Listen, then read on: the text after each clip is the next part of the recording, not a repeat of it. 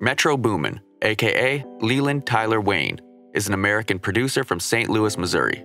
Metro began making beats in his early teens while he was still in middle school.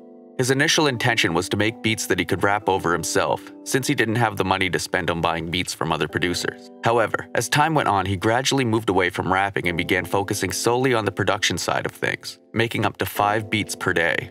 He'd work on beats late into the night and wake up early in the morning before school to work on beats some more. While in high school, Metro began using social media platforms to reach out and network with other artists. His mother would drive him from St. Louis to Atlanta to collaborate with artists he met online. One of the first artists he worked with was Tay Dawn, a rapper signed to the Brick Squad Monopoly label.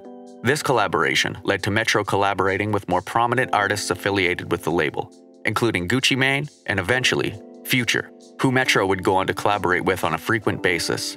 Forbes magazine referred to Metro as being one of the most in-demand hitmakers in the world. This statement is evidenced by the fact that in both 2016 and 2017, Metro won Producer of the Year at the BET Hip Hop Awards. Let's get into the cook-up. The first thing I'm going to do is create a melody to act as a texture layer in the background of the beat. I pulled up this cinematic version of the giant piano in Contact. Now I'm going to lay down a simple chord progression in D minor. I'll speed up the footage here.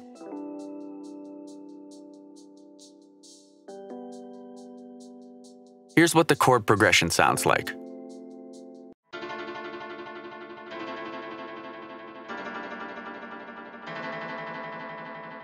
On top of those chords, I'm going to load up another instance of the giant piano and lay down a few notes as a melody.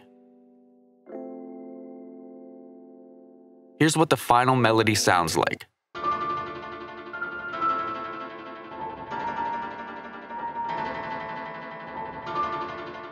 Now I'm going to reverse the MIDI by pressing Alt-Y on the keyboard.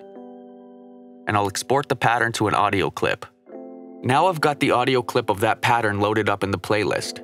Right now it's backwards, so we're going to open up channel settings and click the reverse option. Now the chord progression will be back to normal, but the sound will have that reverse effect.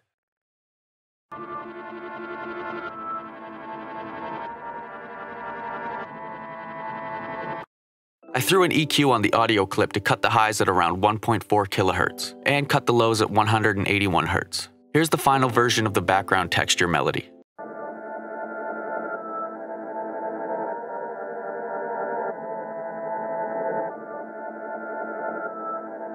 I pulled up the Hands Up Bells 3 preset in Nexus, and I made this melody. I should also mention that I added an EQ to cut the lows at 435 Hz, as well as a bandpass around 2.8 kHz, and I also added a bit of reverb.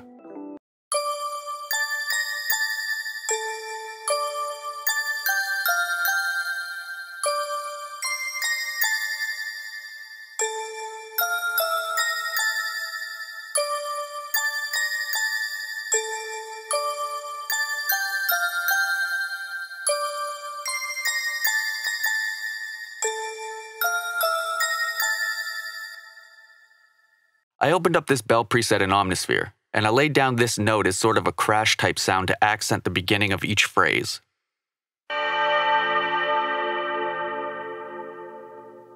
I pulled up this flute in Omnisphere. I think this is probably my favorite flute to use. I've used it in quite a few beats now.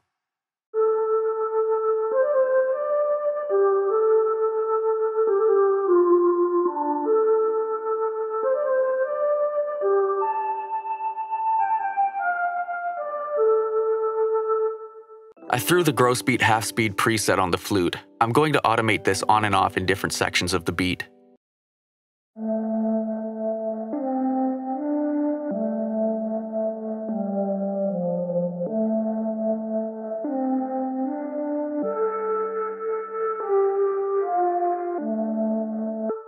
I laid down a clap.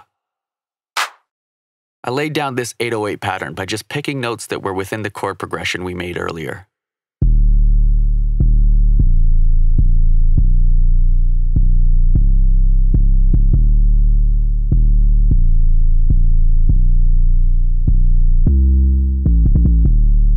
For once, the kick actually doesn't follow the 808 pattern, so I'm going to show you the kick with the 808 playing as well to highlight that. Making the kick hit at certain points when the 808 doesn't hit is a big part of what gives Metro Boomin's beats their bounce.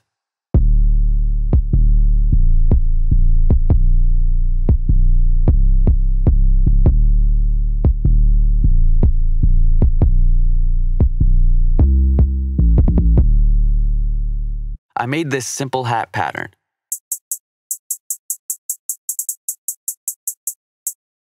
I added a pinch of reverb to the hats because reverb makes everything sound a little cooler.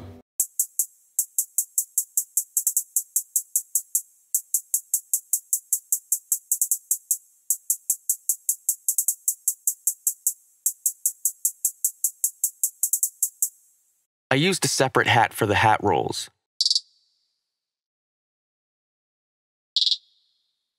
I laid down this perk.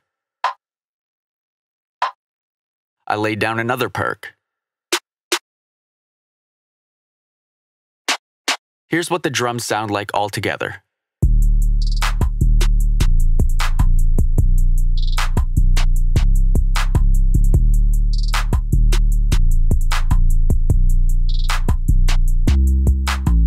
Now it's time to write some lyrics. As is the case with the rest of my producer-focused videos, I'm just going to freestyle some random bars over this beat. My vocal mixing is the same as always. I'll put a link to my vocal mixing tutorial in the description section of this video. With all of that out of the way, let's see what we've come up with.